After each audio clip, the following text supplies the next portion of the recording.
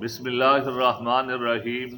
ناظرین، آج ہم آپ کو السر کے اوپر کچھ بیان کریں گے جس کا مقصد صرف یہ ہے کہ ہر بیماری کی تشخیص یہ کتنی ضروری ہے۔ اب السر کے بارے میں ہر آدمی کو پتہ ہے، کوئی ان پڑھ ہے، کوئی پڑھا لکھا ہے، جو ہی السر کا لفظ بولیں گے تو اس کو سمجھ آ جائے گی کہ یہ معدے کا السر ہے، جس پر معدے کا زخم ہے، جس پر یہ السر کا لفظ بولا جاتا ہے۔ حالانکہ حکمت میں معدے کے اندر ہو زخم، یا آنتوں کے اندر ہو، یا غدہ کی نالی کے اندر ہو، کسی بھی جگہ پر ہو تو لفظ السر ہی بولا جاتا ہے۔ تو ناظرین، اب السر جو ہے یہ 3 قسم کا ہوتا ہے۔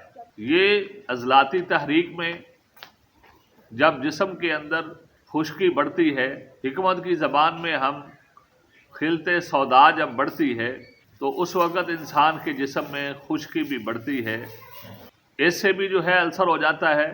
جب جسم کے اندر صفرا بڑھتا ہے، جس کو ہم گرمی کہہ لیں، جب گرمی خشکی کی زیادتی ہوتی ہے تو پھر انسان کی جو خلط صفرا ہے یہ بڑھتی ہے، اس سے بھی السر ہو جاتا ہے۔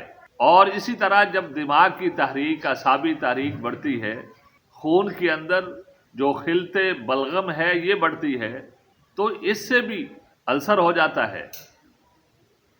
لیکن اب فرق جو ہے طبیب نے کرنا ہے، حکیم نے کرنا ہے کہ اس آدمی کو السر کون سا ہے۔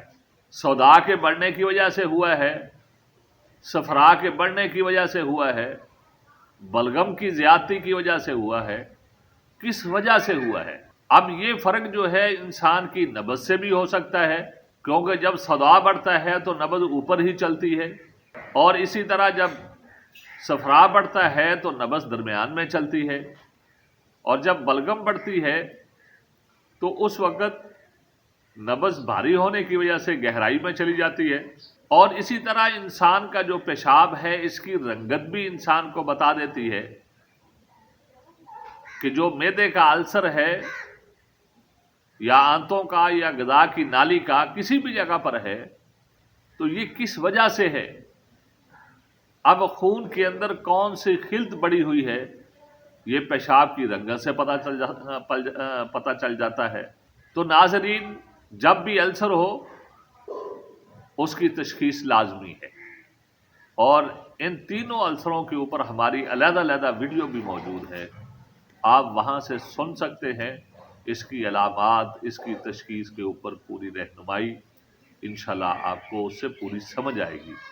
اگر ہماری یہ ویڈیو آپ کو اچھی لگی ہے، اس کو لائک بھی کریں، شیئر بھی کریں، اور ہمارے چینل کو بھی آگے تھوڑا سا ٹور دیا کریں اپنے دوستوں یاروں میں، تاکہ وہ بھی اس کو سبسکرائب کر لیں۔